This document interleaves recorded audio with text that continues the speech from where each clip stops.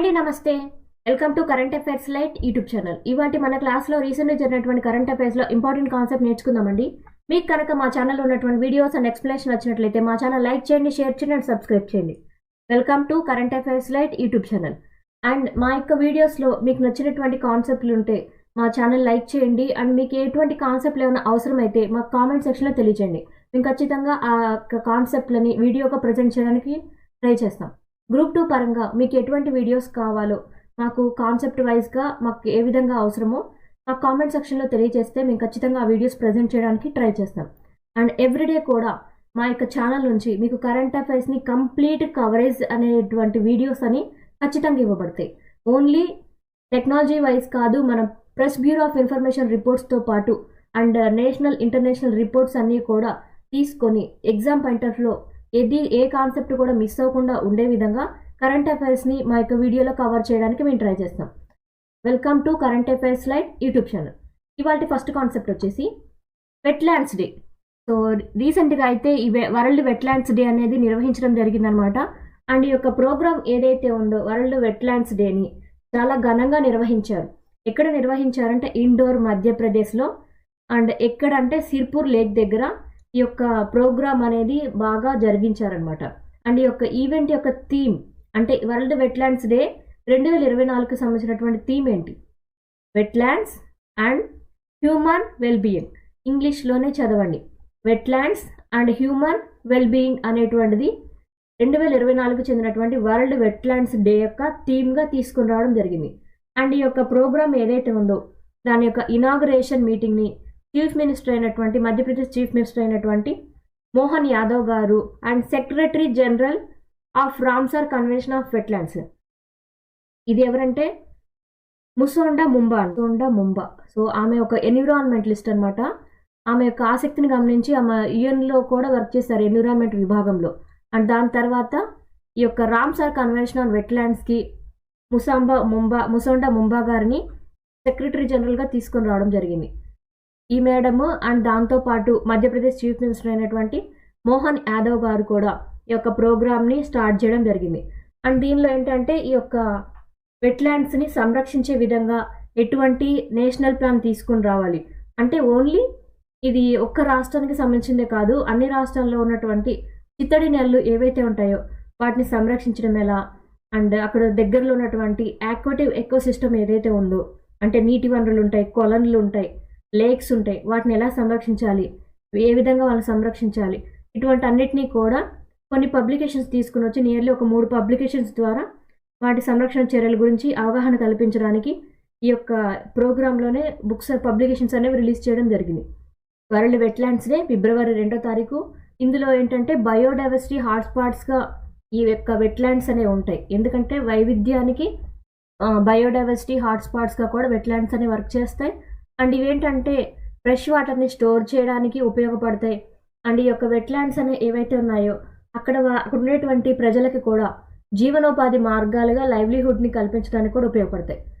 And దాంతోపాటు అక్కడ దగ్గరలో ఉండేటువంటి మ్యాన్గ్రూవ్ ఫారెస్ట్లు ఏవైతే ఉంటాయో వాటిని ప్రొటెక్ట్ చేస్తూ అండ్ కోస్టల్ లైన్స్ని ప్రొటెక్ట్ చేయడానికి ఆకస్మికంగా ఏమైనా స్ట్రోమ్స్ కనుక అటాక్ చేస్తే అటువంటి సిచ్యువేషన్లో కూడా అక్కడ ఉన్నటువంటి తీర ప్రాంతాన్ని కాపాడడానికి ఈ యొక్క వెట్లాండ్స్ అనేవి ఉపయోగపడతాయి. Regional farmers fair. So regional farmers fair అనేది ఎక్కడ జరిగిందంటే ఉత్తరప్రదేశ్ అనమాట.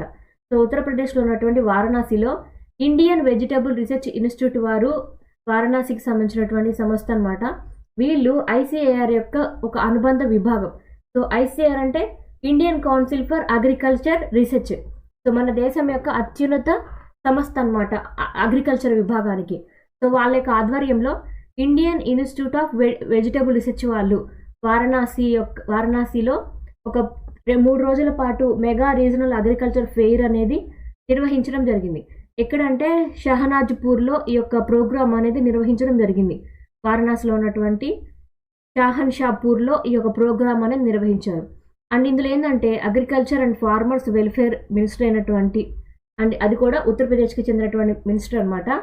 అండ్ శ్రీ సూర్యప్రతాప్ షాహీ గారు ఇందులో చీఫ్ గెస్ట్గా ఈ యొక్క ప్రోగ్రామ్ అనేది నిర్వహించడం జరిగింది. అండ్ ఇందులో ఈ ఈవెంట్ ఏదైతే ఉందో దాంట్లో మెయిన్గా ఆకర్షణీయంగా ఉన్నటువంటి ఏంటంటే వెజిటబుల్ ఎగ్జిబిషన్ అని నిర్వహించారు. అండ్ దాంతోపాటు అగ్రికల్చర్లో ఉన్నటువంటి చాలా ఇన్పుట్ అండ్ అవుట్పుట్స్ ఏవైతే ఉంటాయో అవన్నీ కూడా ఈ యొక్క చాలా ఆర్గనైజేషన్ చెందినటువంటి వస్తువులు అండ్ అగ్రికల్చర్లో ఉన్నటువంటి విధానాలు ఏవైతే కొత్త ప్రొడక్ట్స్ వచ్చాయో అవన్నీ కూడా ఇందులో వాళ్ళు డిస్ప్లే చేయడం జరిగింది. సో యుఎస్ డిపార్ట్మెంట్ వాళ్ళు, యుఎస్ చెందినటువంటి స్టేట్ డిపార్ట్మెంట్ వాళ్ళు మన దేశానికి MQ-9B స్కై గార్డియన్ డ్రోన్స్ ఏవైతే ఉన్నాయో వాటిని మన దేశానికి ఇవ్వడానికి వాళ్ళు ఒప్పుకున్నారనమాట. అండ్ దీని ద్వారా ఏంటంటే దాంతోపాటు కొన్ని మిసైల్స్, అవసరమైనటువంటి ఎక్విప్మెంట్ ఏదైతే ఉందో అవన్నీ కూడా 4 బిలియన్ల అమౌంట్ కోసం ఇవ్వడం జరుగుతుంది. అండ్ 4 బిలియన్ల అమౌంట్ అంటే నియర్లీ 400 కోట్ల రూపాయలు మన దేశం వారికి చెల్లించి ఈ యొక్క అమౌంట్కి తగిన విధంగా MQ-9B స్కై గార్డియన్ డ్రోన్స్ ఏవైతే ఉన్నాయో వాటిని కొనుగోలు చేస్తారనమాట. అండ్ స్కై గార్డియన్ డ్రోన్స్ అన్నాం కదా అని ఇవి చిన్న సైజులో ఉండవు, ఇవి చాలా పెద్దవి అనమాట. నియర్లీ మనం చాలామంది సివిలియన్స్ని కూడా అందులో క్యారీ చేయగలిగేటువంటి కెపాసిటీ అనేది ఈ స్కై గార్డియన్ డ్రోన్స్కి ఉంటుంది. అండ్ ఇవేంటంటే సర్వేలెన్స్ కోసం ఎక్కువగా వాడుతుంటారు. ఈ స్కై గార్డియన్ డ్రోన్స్ ఏవైతే ఉన్నాయో నిఘా కోసం ఎక్కువగా వాడుతుంటారు. అండ్ సివిల్ ఎయిర్ స్పేస్ కూడా ఇందులో ఎక్కువగా ఉంటుంది. సివిల్ ఎయిర్ స్పేస్ అంటే సో సివిల్ ఎయిర్ స్పేస్ అంటే నార్మల్ డ్రోన్స్ అనేవి మనుషుల్ని క్యారీ చేయడానికి ఉపయోగపడవు, ఓన్లీ కొంత వరకు కూడా వస్తువుల్ని క్యారీ చేయడానికి మాత్రమే వాడతారు. బట్ సివిల్ ఎయిర్ స్పేస్ ఉన్నటువంటి డ్రోన్స్ ఏవైతే ఉన్నాయో వాటిలో కొంతవరకు మనుషులని ఏదైనా ఆకస్మిక ప్రమాదాలు జరిగినప్పుడు ఒక చోటు నుంచి ఇంకో చోటుకు తరలించడానికి కూడా ఈ సివిల్ ఎయిర్ స్పేస్ అనేది ఉండటం వల్ల, అంటే మనుషులు కూడా అందులో తరలించడానికి ఉపయోగించేటువంటి ప్లేస్ అనేది ఈ యొక్క డ్రోన్స్లో ఉంటుందన్నమాట. అండ్ వీటితో పాటు మనకి MQ-9 రీపర్స్ కూడా ఇవ్వబడుతున్నాయి. ఇవేంటంటే అన్మ్యాన్డ్ ఏరియల్ వెహికల్స్ అనమాట. అంటే ఇవి నార్మల్గా రిమోట్ కంట్రోల్తో ఉండేటువంటి కొంత సైజులోనే ఉండేటువంటి డ్రోన్స్, కొంచెం చిన్న సైజులో ఉంటాయి. బట్ స్కై గార్డియన్ డ్రోన్స్ ఏవైతే ఉన్నాయో మనుషులు కూడా తరలించేటువంటి అంత పెద్దగా ఉండేటువంటి డ్రోన్స్ అనమాట. అండ్ ఇవి ఫ్లైట్ ఆపరేషన్స్లో రిమోట్లీ ఆపరేషన్ చేయొచ్చు, అటానమస్గా కూడా ఫ్లైట్ ఆపరేషన్స్ అనేవి చేయొచ్చు. అంటే స్వయం ప్రతిపత్తిగా అంటే వాటింతటా అవే అక్కడ వెళ్ళి శత్రువుల మీద దాడి చేయడానికి ఉపయోగపడతాయి. అండ్ అక్కడ నుంచి ఏదైనా వస్తువులు తీసుకొని రావాల్సి వచ్చినా కూడా మనకి MQ-9 రీపర్ అనేవి ఎక్కువగా యూజ్ చేస్తూ ఉంటారు. అండ్ దీని ద్వారా ఏంటంటే మన యొక్క ఆర్మీకి కనుక, అంటే మన దేశానికి కూడా ఇటువంటి స్కై గార్డియన్ డ్రోన్స్ అనేవి వస్తే మన దేశం యొక్క ఆర్మీకి చాలా ఉపయోగపడతాయి. అండ్ అమెరికన్ వెపన్స్ని మన దేశం యొక్క ఆర్మీకి అండ్ మన దేశం యొక్క సిస్టమ్కి మనం తీసుకొని రావడం అనేది మన దేశం యొక్క ముఖ్య ఘట్టం అనమాట. మనం కూడా ఇంకా టెక్నాలజీ వైజ్ మనం చాలా అభివృద్ధి చెందుతున్నట్టే. సో MQ-9B డ్రోన్స్ ఏవైతే ఉన్నాయో వాటిని ప్రెడేటర్ డ్రోన్స్గా పిలుస్తుంటారు. ఇవి మెయిన్లీ ఎందుకోసం అంటే సర్వేలెన్స్ కెపాసిటీ అనేది వీటికి ఎక్కువగా ఉంటుంది. నిఘా విమానాలుగా ఇవి ఎక్కువగా ఉంటాయి అన్నమాట. నిఘా విమానాలుగా, రీకన్సెషన్గా కూడా అండ్ ఇంటెలిజెన్స్ విభాగంగా కూడా ఇవి ప్రెడేటర్ డ్రోన్స్గా ఎక్కువగా ఉపయోగపడుతుంటాయి. కెపాసిటీ వైజ్ వచ్చేసి 5670 కిలోమీటర్లు, పేలోడ్ కెపాసిటీ కూడా ఎక్కువగా ఉంటుంది. అండ్ ఇక్కడ 2 పైలట్స్ గ్రౌండ్ కంట్రోల్ స్టేషన్ నుంచి వర్క్ చేస్తూ ఉండి కూడా దీన్ని వర్క్ చేయించవచ్చు.